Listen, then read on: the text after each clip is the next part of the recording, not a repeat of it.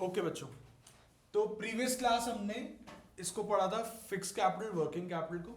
आज शुरू कर रहे हैं नया topic which is titled as financing decisions. एक ऑर्गेनाइजेशन के फाइनेंशियल जर्नी में किसी भी फाइनेंस हेड को 3 डिसीजंस लेने होते हैं, ठीक है। वो 3 डिसीजंस कौन कौन से हैं? फर्स्ट वन इज इन्वेस्टिंग या इन्वेस्टमेंट डिसीजन। सेकंड आएगा बच्चे हमारा dividend decision, and third the last one is financing decision. तीनों डिसीजंस की रूट कॉज बड़े आसान है। इन्वेस्टमेंट कहता है पैसा कहां लगाना है, डिविडेंड कहता है कितना पैसा बांटना है, और फाइनेंसिंग कहता है कि पैसा कहां से रेज करके लाना है।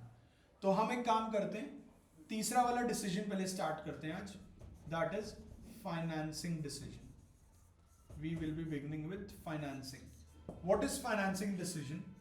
It simply means quantum of finance to be raised from various long term sources। बच्चे अब आप इतने तो नॉलेजेबल हो ही चुके हो दैट टू 33 डेज पहले कि आपको ही पता है कि लॉन्ग टर्म सोर्सेज कौन कौन से हमारे। लॉन्ग टर्म सोर्सेज में मेनली क्या आता है? डेट और इक्विटी आता है। हम इस पूरे चैप्टर में क्या पॉइंट ऑफ व्यू ड्रॉ कर रहे हैं? Who are we are the company. हमें अपने बिजनेस के लिए क्या करना है? फंड्स को रेज करना है, पैसा उठाकर लेकर आना है। And we have mainly 2 sources, that is debt and equity. हमारे पास 2 मेन सोर्सेज हैं, डेट और equity. Also we know the reversal nature. Debt के बदले क्या देना है हमें? इंटरेस्ट, और इक्विटी के बदले क्या देना है? डिविडेंड। तो अब जो हाईलाइट टॉपिक हमने शुरू करना है यहां फाइनेंसिंग डिसीजन के फैक्टर्स का, तो हम उसमें बस यही फाइट करेंगे, यही डिस्कस करेंगे कि पैसा डेट से उठाना चाहिए था या इक्विटी से। हम कौन है? कंपनी है। अगर मैं इक्विटी से पैसा लाता हूं तो मैं अपने बिजनेस का ओनरशिप या स्टेक डाइल्यूट कर रहा हूं, और अगर मैं डेट से पैसा लाता हूं तो मेरे ऊपर क्या आ रहा है? एक बर्डन आ रहा है, मेरे लिए एक लायबिलिटी बढ़ती जा रही है कि मुझे पैसा कल को रीपे करना पड़ेगा। So let's begin with it. First है बच्चे state of capital market. Capital market आप ऑलरेडी जानते हो कौन सी मार्केट है जी? स्टॉक मार्केट है।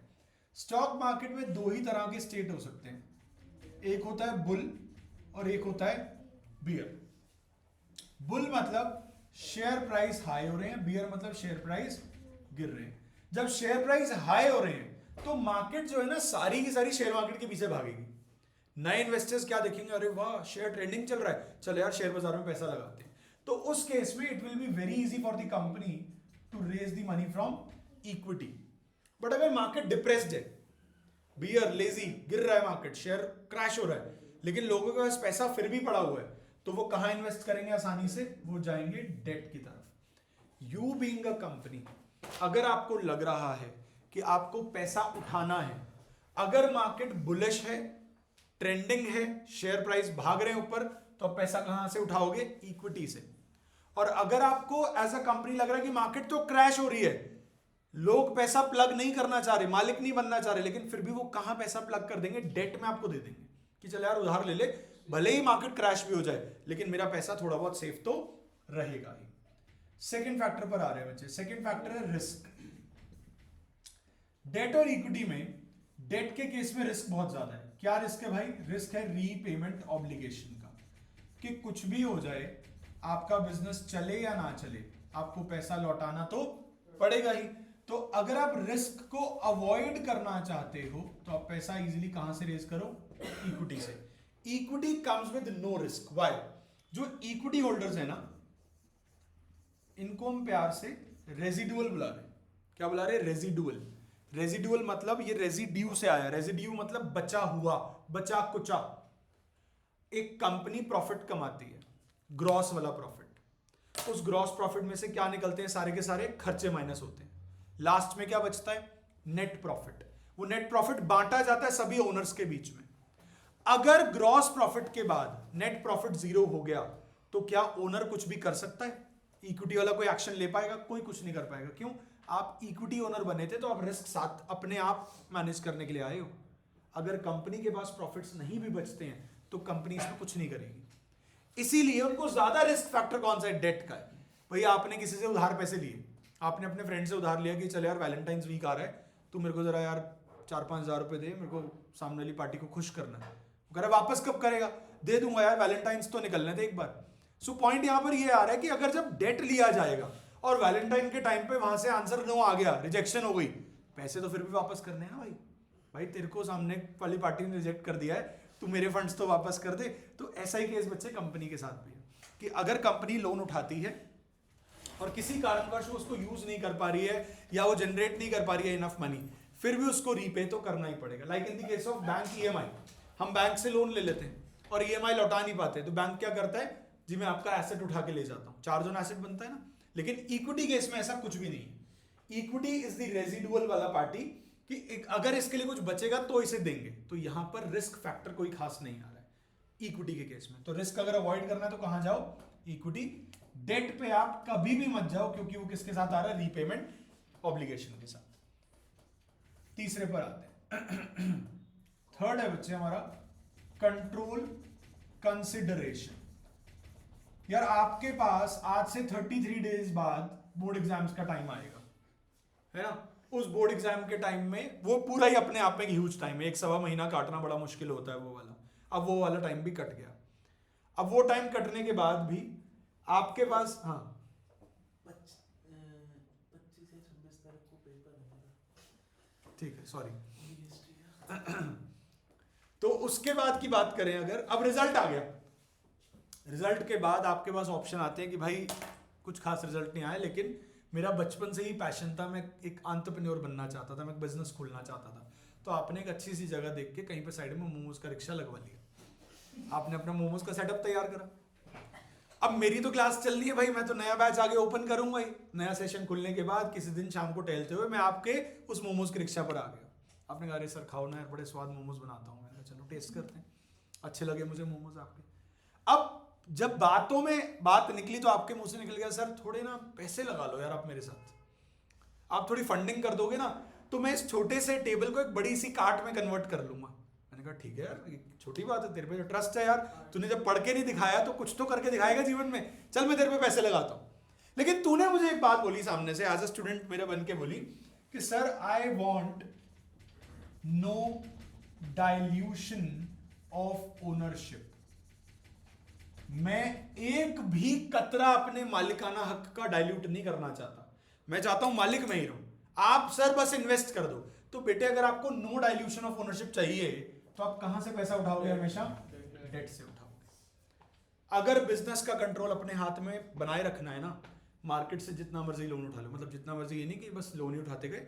लोन उठाने पर बस नेचर ये होगा कि आपका ओनरशिप डाइल्यूट कभी भी नहीं होने वाला। सोचो उसकी कार का नाम होता मालिया। नेक्स्ट पे आते हैं। नेक्स्ट वन इज सी से हमने याद करा था कैश फ्लो पोजीशन। बच्चे बहुत ध्यान से समझने वाला point, very simple. Cash flow का मतलब क्या होता है? इनफ्लो एंड आउटफ्लो, पैसे का आना और पैसे का जाना। दो सिचुएशंस आ रही हैं, या तो कैश फ्लो हमारा बहुत ही स्ट्रांग होगा या कैश फ्लो हमारा बहुत ही वीक हो जाएगा। कैश फ्लो स्ट्रांग होने का मतलब क्या है? इनफ्लो है 100 रुपए के, आउटफ्लो है 20 रुपए के, हाथ में कितना बचा? 80 रुपीज बचा। इनफ्लो है 100 रुपए के और आउटफ्लो है 80 के, हाथ में कितना कैश बचा? 20। So you are here stronger and here you are weaker. Strong cash flow में you should always go for debt and weak cash flow में you should always go for equity. कहीं राह भटक ना गए हो, मैं फिर से बता देता हूं। हम एज अ कंपनी क्या कर रहे हैं? बिजनेस के लिए फंड्स रेज कर रहे हैं। दो ऑप्शन है, कौन कौन सी? डेट और इक्विटी। अगर अब आपको आपका कैश फ्लो स्ट्रॉन्ग दिख रहा है, means you are having good buffer amount in your hand, आप पैसा कहां से उठाओगे? डेट से। क्यों उठाना डेट से? बहुत ध्यान से सुनना। डेट के बदले क्या जा रहा है? इंटरेस्ट। और बच्चों इंटरेस्ट कैसा होता है? फिक्स्ड होता है, डे वन ही फिक्स्ड होता है। आप अकाउंट्स में क्वेश्चन करते हो ना कि डिवेंचर्स हैं 10% पे, कि भैया कितना ही हो जाए 10%, 10% ब्याज ही देना है और कुछ नहीं देना फालतू। तो whenever you are into a stronger position, तो स्ट्रॉन्ग के केस में आप डेट पे जाओगे तो आपको बस एक फिक्स्ड बर्डन देना होगा, बस छोटा सा इंटरेस्ट का अमाउंट और जी खत्म खेल। लेकिन वीक के चक्कर में मैं इक्विटी में क्यों ले जा रहा हूं आपको? बेटा इक्विटी वाले कैसे होते हैं? रेजिडुअल, जितना बचेगा उतने में से ही देना पड़ेगा।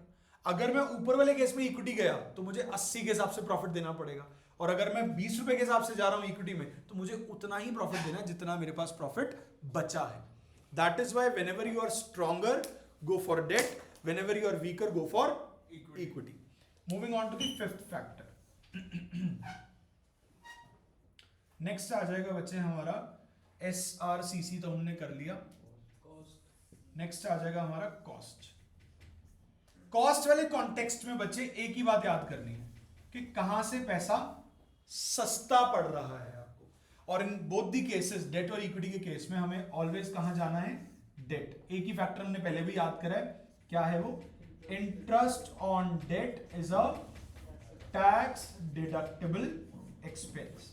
इसकी थ्योरी आप ऑलरेडी जानते हो कि किस तरीके से हमने इसको प्रिपेयर करा था।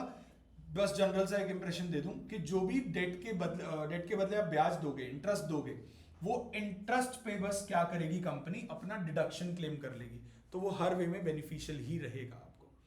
Moving on to the next factor, factor number 6, that is flotation cost. Flotation cost क्या है बच्चे? Cost of raising funds. पैसा उठाने पर जो खर्चा होता है, पैसा उठाना कहां से? या तो डेट से, इक्विटी से, लेकिन कंपैरेटिवली हमेशा एक्सपेंसिव क्या पड़ेगा? इक्विटी। तो मैं लिख देता हूं कि जहां पर आपके एक्सपेंसेस ज्यादा हैं वो कौन सा केस है? इक्विटी का। तो अगर आप चाहते हो आपका पैसा कम लगे, फ्लोटेशन कॉस्ट बचाना चाहते हो, तो you will be always going with debt, क्योंकि इसके लिए क्वेश्चन भी हमने याद करी थी, that is higher flotation cost means less attractive source. Company कहती है जिस भी सोर्स का फ्लोटेशन कॉस्ट ज्यादा है ना यार, उसमें कुछ खास मजा नहीं है। मतलब कि 100 रुपए का कैपिटल मंगवाने के लिए, इक्विटी के केस में कह रहा हूं, 100 रुपए का कैपिटल मंगवाने के लिए 20 रुपए का पहले खर्चा करो। मतलब ये तो वही बात होगी ना कि हाथी के दांत खाने के अलग है, दिखाने के अलग है। पहले दिखावटी खर्चा करो, फिर पैसा आएगा। आप एडवर्टीजमेंट्स करो, ब्रोकर हायर करो, और प्रोस्पेक्टस अच्छे फैंसी एक वे लेकर आओ फंड रेज करने का, तो आपके खर्चे वाले ज्यादा हो रहे हैं, तब कैपिटल आ रही है। लेकिन डेट के केस में कुछ ऐसा खास खर्चा नहीं है हमारे पास, कुछ ऐसा एक्सपेंसेस आपको नहीं शो करने होते। लास्ट आ रहा है बच्चे हमारा क्या? Fix operating cost. What is operating cost? वो पैसा जो हमारा रोज के रोज खर्च हो रहा है।